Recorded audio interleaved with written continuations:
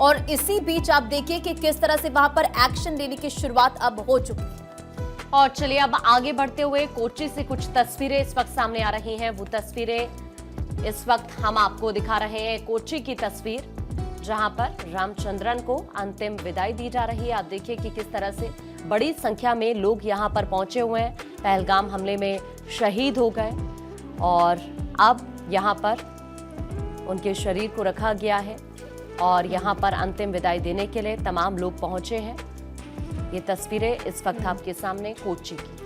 देखिए, कश्मीर की खूबसूरत वादियों में पहलगाम के बैसण मैदान में छुट्टियां मनाने के लिए कोच्चि की अराथी और मेनन के लिए वो दिन कभी ना भूलने वाला बन गया, जब उनके सामने उनके पिता की आतंकियों ने गोली मारकर हत्या कर दी। और अब पार्थिव शरीर क्योंकि कोच्चि में पहुंचा है, तो ऐसे में सभी लोग पहुंचे हैं। इस दुख की घड़ी में परिवार का ढांढस बंधाते हुए लोग नजर आ रहे हैं। अंतिम दर्शन जो पार्थिव शरीर उसका करते हुए लोग नजर आ रहे हैं। तो ये तस्वीरें इस वक्त तो देखिए, और सबसे रंजना दर्दनाक बात इसमें यह भी है कि ये जो सब हुआ वो उनकी बेटी के सामने हुआ। दरअसल मंगलवार को पहलगाम में जो आतंकी हमला हुआ उसमें रामचंद्र की जान चली गई।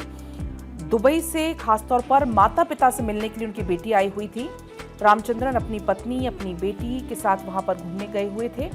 परिवार के करीबी लोगों ने यह बताया है कि हमले के वक्त पूरा परिवार एक साथ था और जब ये घटना हुई, बेटी अपनी आंखों के सामने पिता को गोली लगते देखकर बेहोश हो गई। और देखिए, बेटी ने बताया कांपती हुई आवाज में कि पहले तो हमें लगा कि यह आतिशबाजी है, लेकिन अगली गोली चलने पर मुझे पता चल गया कि यह हमला आतंकी था। तो कोच्चि के एड्डापल्ली निवासी एन रामचंद्रन भी इस हमले का शिकार बने।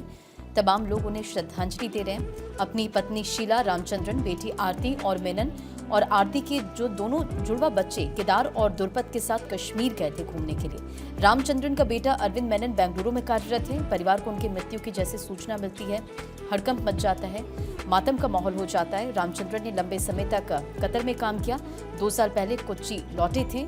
उनकी बेटी आरती दुबई में रहती है और छुट्टियां मनाने केरल आई थी और परिवार कश्मीर की यात्रा पर पहुंचा था। तो देखिए, बहुत दुखद है ये। दरअसल उनकी बेटी, जैसा अभी जिक्र भी रंजना यहाँ पर कर रही हैं कि उनसे मिलने के लिए आई थी और अचानक से कश्मीर ट्रिप का प्लान बन जाता है, क्योंकि ये बताया जाता है कि रामचंद्रन को घूमने का बहुत शौक था और इसी वजह से वो कश्मीर में छुट्टियां मनाने के लिए ही गए थे।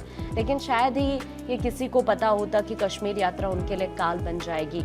उनकी बेटी के साथ ये प्लान बना, फिर परिवार के साथ वहां पर पहुंचे और कितना दर्दनाक हो सकता है। क्या कभी बेटी के आंखों के सामने से वो मंजर हट पाएगा कि उनके पिता की हत्या उनके सामने कर दी गई, जो माता पिता से खास तौर पर मिलने के लिए यहाँ पर आई थी।